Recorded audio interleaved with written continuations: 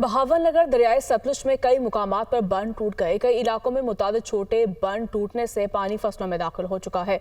पानी के तेज बहाव की वजह से कटाव का अमल भी जारी है। बड़े सैलाबी रैले से मुल्हिका आबादियों के भी डूब जाने का खदशा है। जिला इंतजामिया की जानिब से दफा 144 नाफिज दरियाई बाल में रेस्क्यू की इमदादी टीमें लोगों को महफूज मुकामात पर पहुंचाने में मुतहरिक है।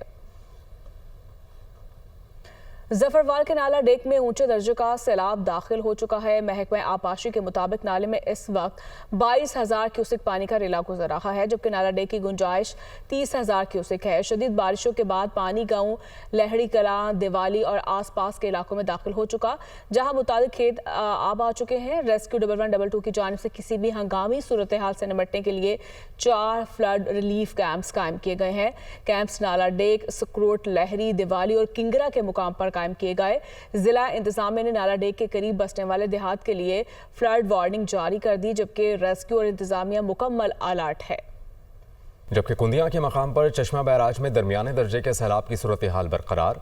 चश्मा बैराज में पानी की आमद 4,53,290 क्यूसिक। रिकॉर्ड पानी का अखराज 4,35,400 क्यूसिक है। पानी का लेवल 643 फुट रिकॉर्ड किया गया। कच्चे के इलाकों में फ्लड वार्निंग जारी। कच्चे में मसाजिद में महफूज मकामात पर मुंतकिली के ऐलानात भी किए गए।